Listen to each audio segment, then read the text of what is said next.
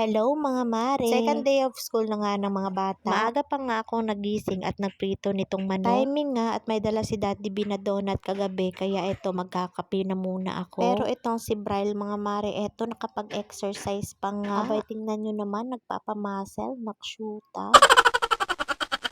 Ito pala yung na-prepare kong baon ni Bryle mga mare. Dalawang lunchbox pala ang dala niya. Kapag recess time mga mare, doon pa siya nagbe-breakfast. Umiinom lang siya ng Milo at kumakain ng tinapay bago pumunta ng school. Nagkakape nga muna dito si Daddy B. Merong dumaan na eroplano mga mare, sayang nga at late na nga ako nakapag-video. Bagong gising pala ang ating baby Bryce ngayon mga mare. Nagpunta nga agad siya dito sa kwarto ng kuya niya. Kaso nga ay hindi niya na naabutan. Pinalakad-lakad ko nga muna siya dito mga mare. Pero di nagtagal, dinala ko na ulit sa kwarto. Pinanood ko nga muna ng Cocomelon dahil maglalaba nga muna ako. Dahil si Daddy B mga mare ay inutusan kong magluto ng ulam namin. Abay namimiss ko na din kasing kumain ng pinakbet. Gusto ko nga araw-araw akong naglalaba mga mare. Para naman hindi magtatambak yung mga labahin ko. Tinatawag na nga ako ni Daddy B mga mare kasi luto na yung niluto niya. Ganitong luto talaga na pinakbet ang gusto ko mga mare, yung merong alugbati. Bali si Andrea ay kinuhanan ko na ng pagkain niya at doon na siya kumain sa kwarto. Para naman may kasama si Bryce habang nanonood ng TV. Kaya kaming dalawa lang ni Daddy B ang kumain dito sa kusina. Tapos ko na nga pinaliguan si Andrea niyan mga mare. Binihisan at inayos ko na din yung buhok niya. Habang itong baby Bryce naman natin mga mare ay naaaliw dito sa paglalaro ng nail cutter. Hinahayaan ko na nga mga mare para mapadali naman itong ginagawa ko. Dinali-dalian ko na nga ang pagkilos mga mare kasi nga maliligo pa nga ako. Bali sasama din kasi kami ni Bryce papunta sa school ni Andrea. Kailangan ko nga magmadali kasi hindi pa ako nakaprepare ng kanyang baon.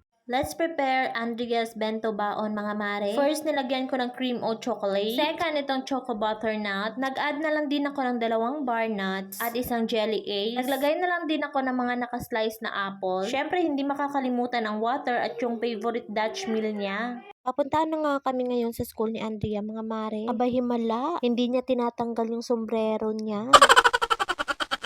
Eto na nga at nakaabot na kami dito sa school ni Andrea. Sakto lang ang pagdating namin mga mare dahil hindi nga kami na late. Mabuti na lang talaga at nagpapaiwan si Andrea dito sa school niya. May mga kaklase pa din kasi si Andrea na ayaw magpaiwan sa kanilang mga parents. At sa afternoon session mga mare, eto pa lang sila ang dumating. Pagkatapos kong ihatid sa room si Andrea, pumunta naman kami dito sa palengke. Bali sinamahan ko pala si Naina sa pagbili ng mga tinapay. Itong mga tinapay kasi ang dinidisplay niya sa kanyang tindahan. In fairness mga mare ha, ang sarap naman ng tinapay nila, tsaka napakamura lang. Pagkatapos sa palengke, pumunta naman kami dito para bumili ng saging. Nagbibenta din kasi si Nainay nitong tundan. At dito sa suki niya mga mare ay napakamura lang. So ayun na nga, pauwi na din kami.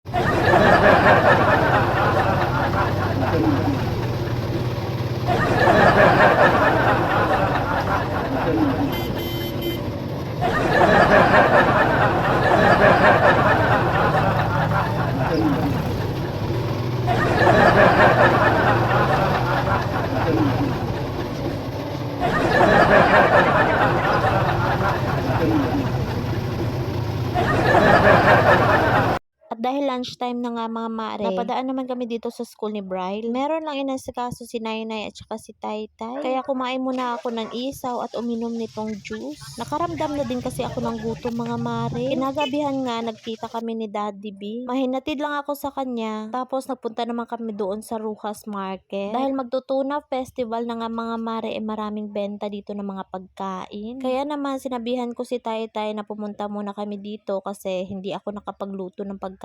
So dito na lang kami kakain ng hapunan. Kumain lang kami ng pastel dito mga mare. Hindi ko na na-videohan ang pagkain namin mga mare kasi hawak ko nga si Bryce. Masarap din yung pastel na binibenta nila dito. Sa halagang 20 pesos mga mare meron ka ng pastel at saka libre na yung talong at saka pipino. Bumili na lang din kami ng buko juice para pampatula. Hindi na nga namin nalibot ng maayos ito mga mare kasi bitbit na bitbit namin si Bryce. May kabigatan na din kasing kargahin si Bryce mga mare. Halos mga benta naman nila dito mga mare is only rice, mga barbecue at saka inasal na manok. May iba't ibang merienda, may mga palamig. Naku, nadali pa nga ako ni Andrea.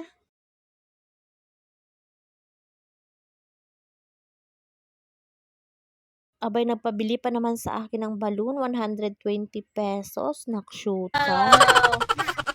Medyo pricey yung balloon mga mare kasi tingnan nyo naman, umiilaw pa nga. Nag-aya na nga akong umuwi mga mare. Baka naman magturo na naman si Andrian, nakshuta.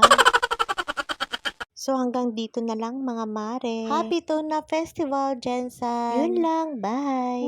Mwah.